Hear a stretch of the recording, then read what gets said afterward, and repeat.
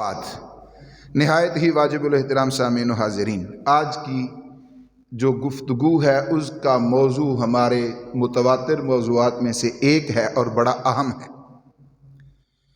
11ویں شریف کے حوالے سے جو کچھ میں نے بیان کیا ہے یا کر رہا ہوں اس کا 11واں حصہ بھی آپ یاد رکھیں نا۔ بیانات 11ویں کا 11واں حصہ بھی آپ یاد رکھیں نا، تو کسی سوال کا جواب دینے سے چپ نہیں رہیں گے انشاءاللہ اللہ کے فضل و کرم سے۔ آج کا جو مدعا ہے وہ ہے کہ دن کا مخصوص کرنا کہاں سے ثابت ہے؟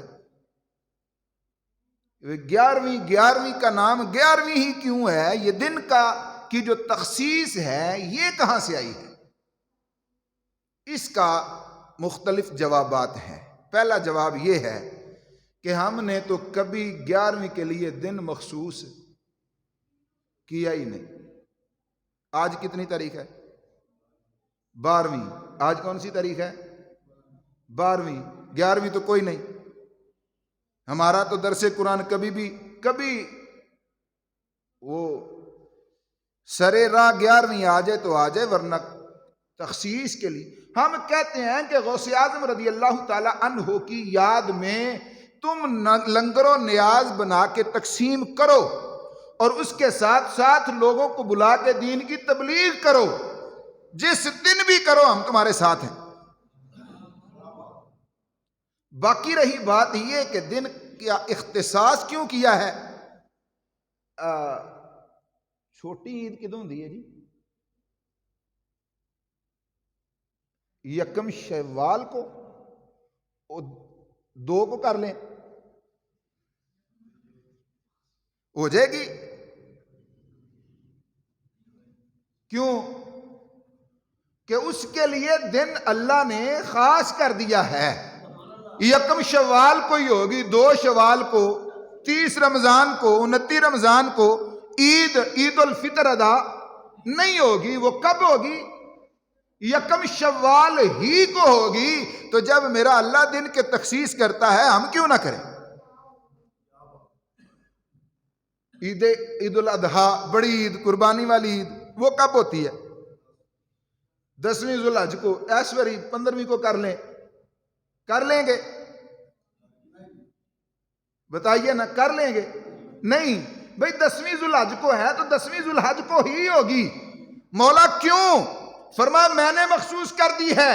اللہ اس کے پیچھے بھی تو کچھ ہے نا، کیوں مخصوص کی ہے؟ میرا رب فرماتا ہے کہ اس دن جناب اسماعیل علیہ السلام کی قربانی میں نے اپنی بارگاہ میں قبول کی تھی اور اعلان کیا تھا وَتَرَكْنَا عَلَيْهِ فِي الْآخِرِينَ، میں ساری کائنات کے لیے قیامت تک اس کو باقی رکھوں گا، اور باقی اس لیے رکھوں گا کہ یہ میرے پیارے کی سنت ہے۔ اگر اپنے پیارے محبوب اور خلیل اور ذبی کی سنت کو اللہ مخصوص کر کے زندہ رکھتا ہے اور 10ویں ذو الحج ہی کو قبول کرتا ہے تو غوث اعظم بھی تو اللہ کے پیارے ہی ہے نا۔ اگر غوث اعظم کی اس پیاری ادا کو اللہ نے دوام بخشا، اللہ نے بخشا، ہم کون ہوتے ہیں؟ ہم کون ہوتے ہیں؟ کر سکتے ہیں ہم؟ نہیں۔ اس کو 11ویں پوری کائنات میں 11ویں کروا دی۔ یہ کس نے کی ہے؟ یہ اللہ نے کی ہے۔ حج کا دن مخصوص، رمضان المبارک کے دن مخصوص، نمازوں کے اوقات مخصوص، لیلۃ القدر مخصوص، نزول قرآن کی رات مخصوص، یہ اللہ نے مخصوص کیے ہیں۔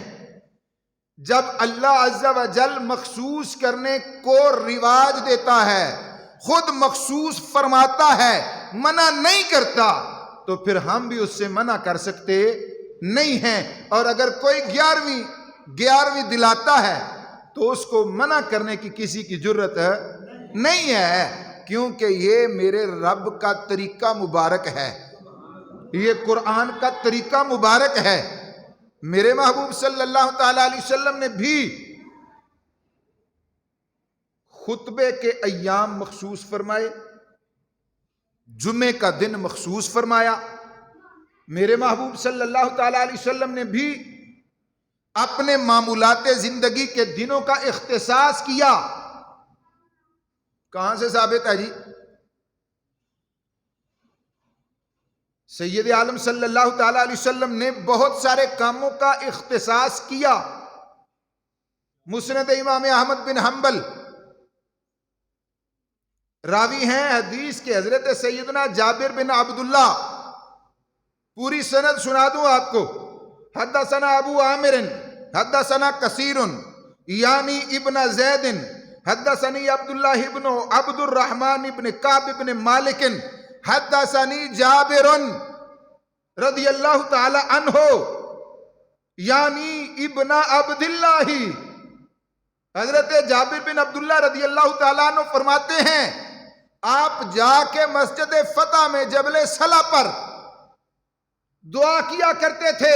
صحابہ نے پوچھا جابر ایسے کیوں کرتے ہو؟ عرض کی میں نے اپنے محبوب کو ایسا کرتے ہوئے دیکھا ہے, میں نے اپنے محبوب کو ایسے کرتے ہوئے سنا ہے, پایا ہے, دیکھا ہے. کب اور کیسے؟ حضرت جابر رضی اللہ تعالیٰ عنہ فرماتے ہیں ان النبی صلی اللہ تعالیٰ علیہ وسلم دعا فی المسجد الفتح ثلاثا یوم الاثنین یوم الثلاثاء یوم الاربعاء.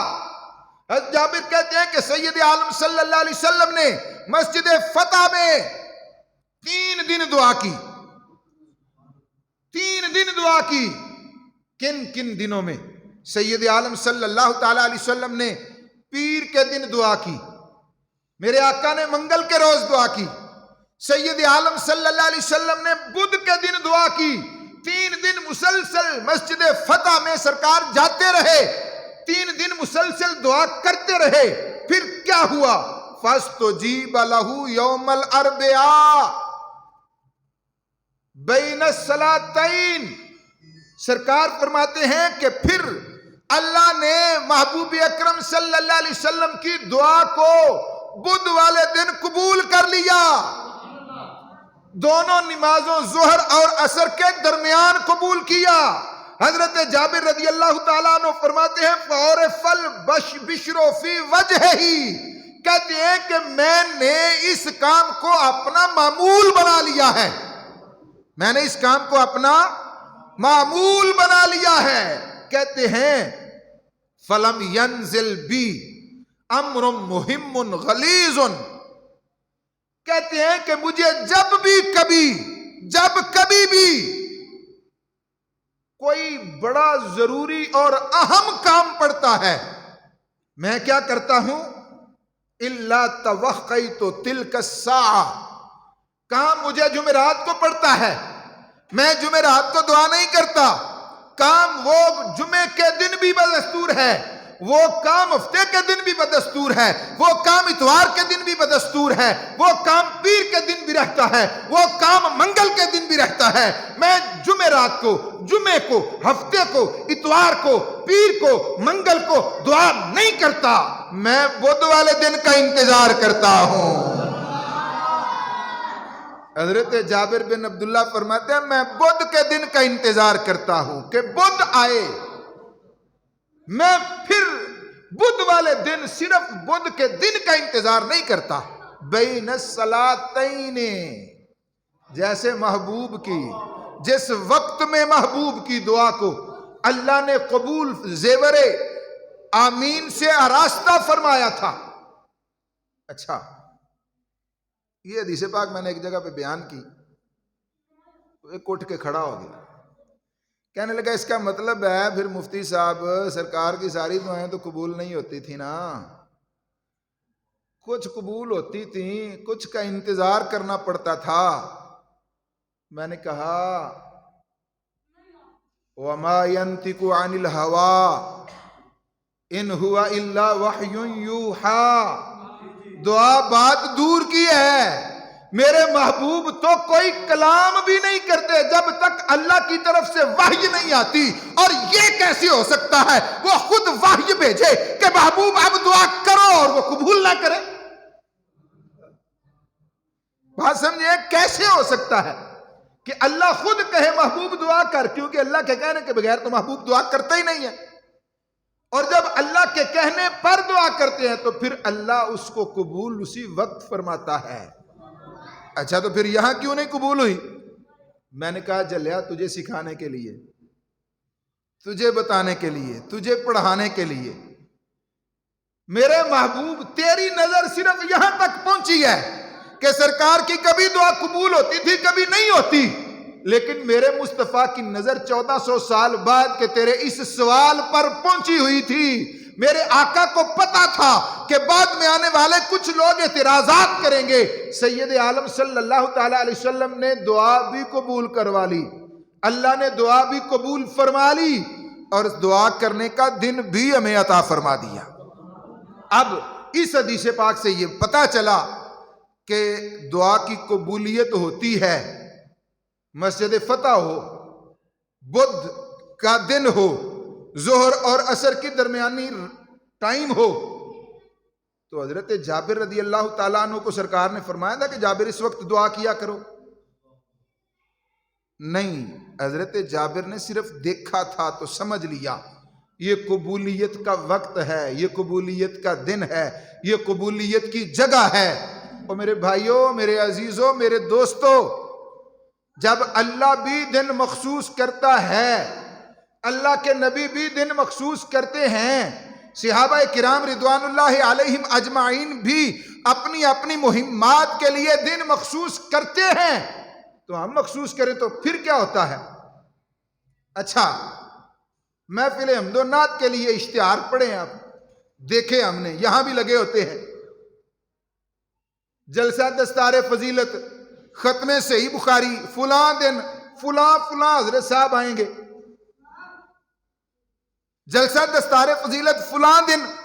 اپنے مدرسے کے جلسے کا دن مخصوص کر لیں تو کچھ نہیں ہوتا، اور اگر میرا بولا بالا 11ویں مخصوص کر لے تو کلنج پڑ جاتی ہے۔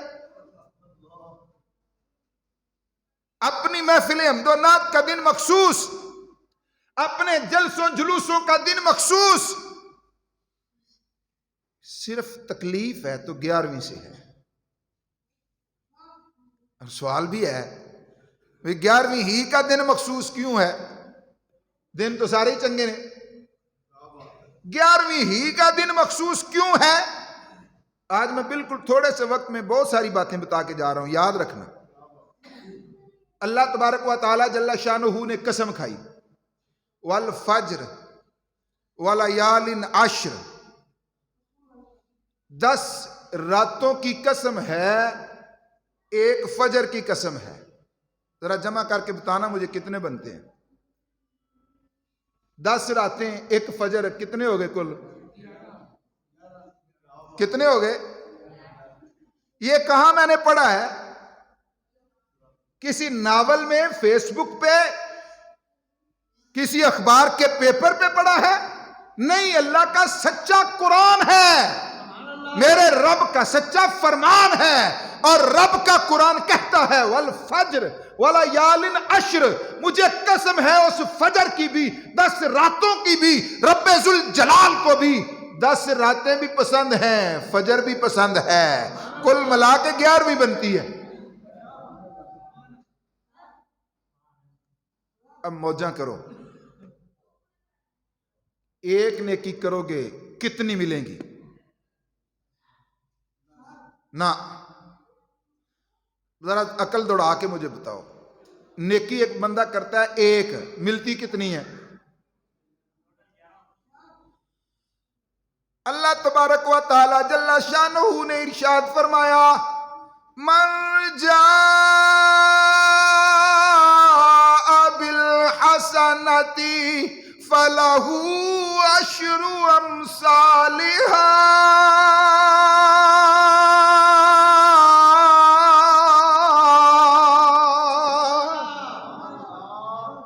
میرا رب فرماتا ہے جس نے نیکی کی ایک، اس کو وہ ایک بھی ملے گی، اس جیسی 10 اور بھی ملیں گی۔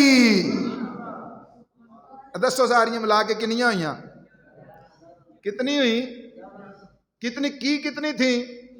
ایک۔ میرا رب 12 بھی تو دے سکتا ہے، میرا رب 9 بھی تو دے سکتا ہے، میرا رب 100 بھی تو دے سکتا ہے اور دیتا بھی ہے، 100 بھی دیتا ہے، 700 بھی دیتا ہے، 7000 بھی دیتا ہے، لیکن کم از کم کتنی ملیں گی؟ کم از کم کتنی ملیں گی؟ فرمایا جو ایک نیکی کرے گا اللہ اس کی مثل اسے 10 اور عطا فرمائے گا۔ ایک وہ جو تو نے کی ہے، 10 وہ جو رب نے دی ہیں، کل ملا کے بتاؤ ذرا کتنی ہو گئی؟ 11ویں کا تو ثبوت میرا رب ہر نیکی پہ دیتا ہے، پر 11 ملتی اسے ہے جس کی قبول ہوتی ہے، جس کی قبول نہیں ہوتی اس کو 11 ملتی، 11 اسے ملیں گی جس کی پہلی قبول ہوگی، 10 اسے ملیں گی جس کی ایک قبول ہوگی، اور جن کی قبول نہیں ہوتی انہیں 11ویں نظر نہیں آتی، جن کی قبول ہوتی ہیں انہیں ہر نیکی پہ 11ویں نظر آتی ہے۔ کیا خیال ہے جی؟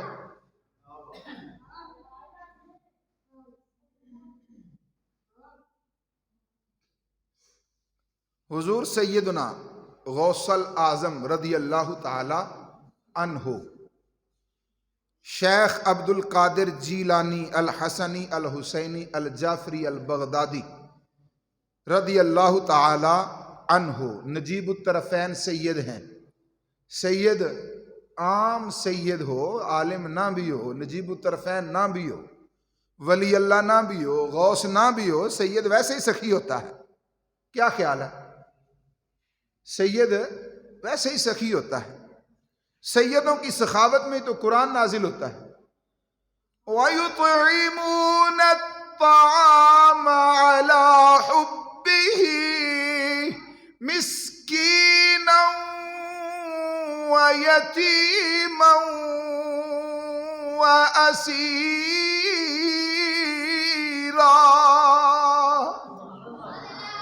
سیدوں کی سخاوتوں میں اللہ قرآن نازل فرماتا ہے،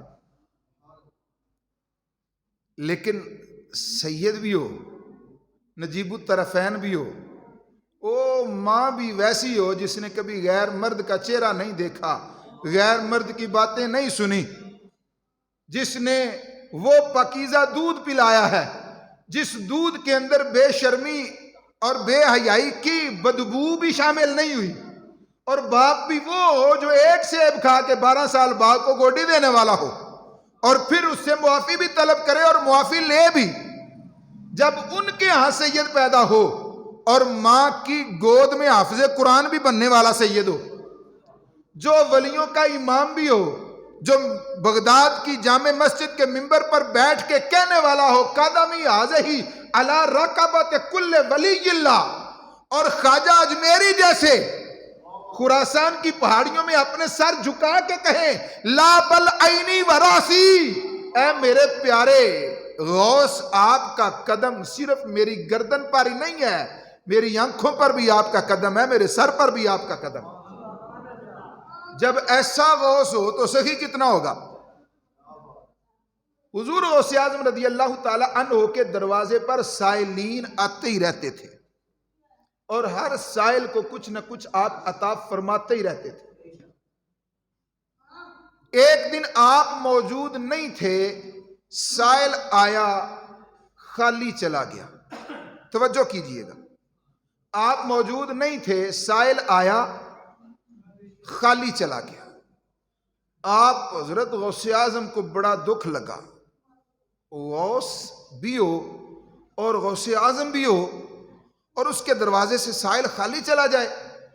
فرمانے لگے یار آؤ اس کا ہم نے کفارہ دینا ہے۔ سارے مریدوں کو بلا لیا، محبین کو بلایا، آؤ یار غوث اعظم کے عبد القادر کے دروازے سے سائل بغیر بھیک لیے بغیر جولی بھرے چلا گیا ہے، یہ نہیں ہو سکتا، ایسا نہیں ہونا چاہیے، آؤ کوئی مشورہ کریں کہ آئندہ ایسا نہ ہو۔ تو سارے مریدین محبین اکٹھے ہوئے، مشورہ ہوا کہ حضرت ہر وقت تو آپ بھی گھر میں موجود نہیں ہوتے، آپ تو پڑھاتے بھی ہیں، آپ عبادات بھی کرتے ہیں، آپ ریاضتیں اور مجاہدے بھی کرتے ہیں، آپ بزنس بھی کرتے ہیں، کاروبار بھی کرتے ہیں، تو سارے کام آپ کرتے ہیں تو کبھی ایسا ہو سکتا ہے کہ آپ گھر میں موجود نہ ہوں، تو کیوں نہ ہو ایک دن مہینے میں مقرر کر دیا جائے کہ جو جو سائل ہو وہ اپنی ساری ضروریاتیں لے کر آئے اور ایک دن میں اپنی ضروریات پیش کرے، اور جو بھی آئے اپنی ضرورت کی جھولی بھر کے لے کے جائے۔ یہ مشورہ ہو گیا مکمل کہ اب ہر وقت سائل نہیں آئیں گے، سائل آئیں گے مہینے میں ایک بار، اور جتنے مرضی آ جائیں خالی نہیں کوئی جائے گا۔ توجہ، یہ بات یاد رکھنی ہے، سائل جتنے مرضی آ جائیں خالی نہیں کوئی جائے گا۔ ہر وقت آئیں نہ آئیں مہینے میں ایک بار، جب آئیں گے تو خالی نہیں جائیں گے، جو بھی آئے گا اپنی مراد کی جھولی بھر کے لے کے جائے گا۔ کون سا دن ہونا چاہیے؟ مریدوں سے آپ نے پوچھا جی کون سا دن ہونا چاہیے؟ فرمایا بھی کوئی دن دیکھو آپ۔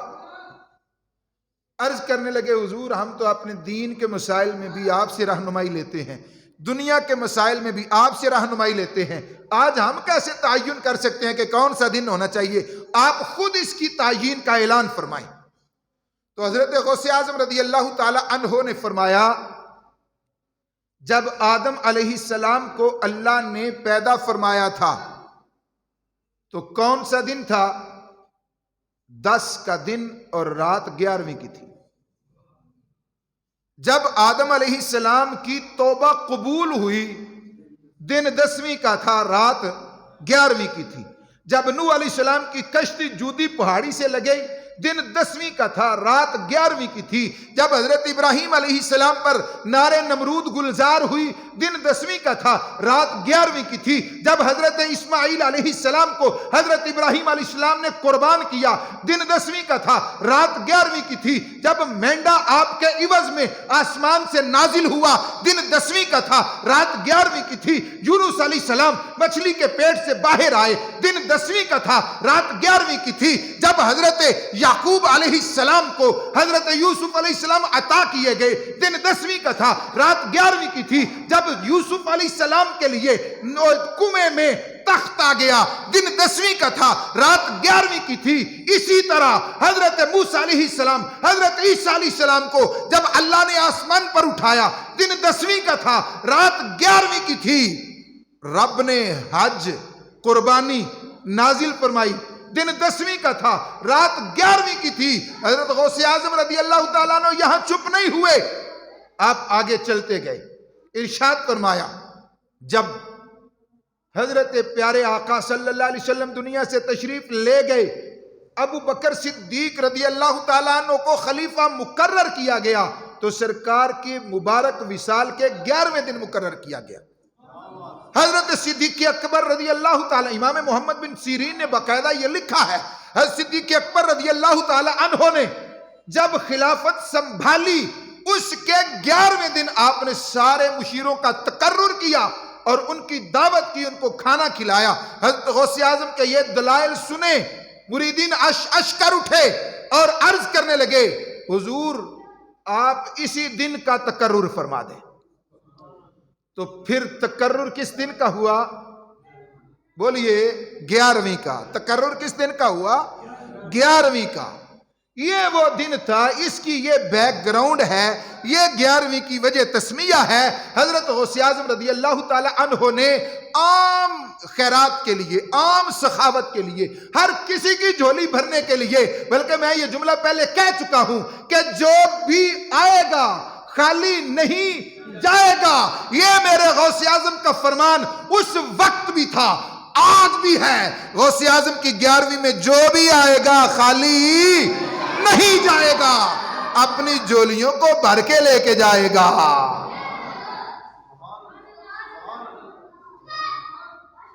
پتہ چلا کہ 11ویں ہی مخصوص کیوں کی گئی؟ 11ویں ہی مخصوص کیوں کی گئی؟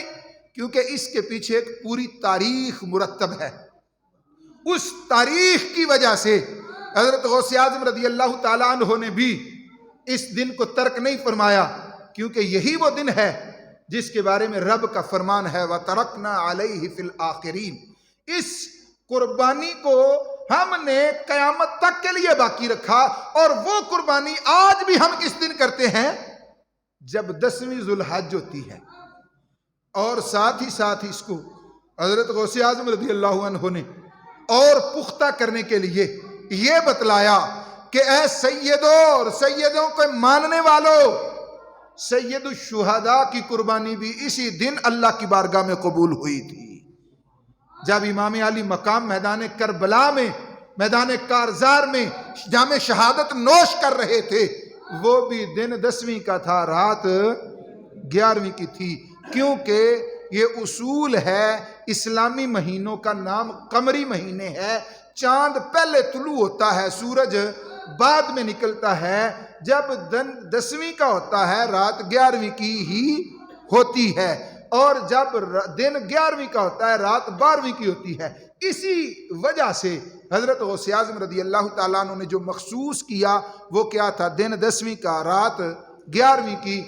حضرت غوث اعظم رضی اللہ تعالیٰ عنہ عصر کے بعد آپ لوگوں کو بلاتے تھے، لاکھوں کا مجمع، 70 ہزار علماء، 70 ہزار علماء آپ کی مجلس میں آتے تھے، 70 ہزار علماء، اور عوام کا تو حساب ہی کوئی نہیں۔ اور میرے غوث کی کرامت یہ بھی ہے کہ آپ بغیر سپیکر کے بولتے تھے، جتنی آواز پہلے بندے کو جاتی تھی اتنی آخری بندے کو جاتی تھی، اور لاکھوں لوگ آتے تھے، آپ ان کو واعظ فرماتے تھے۔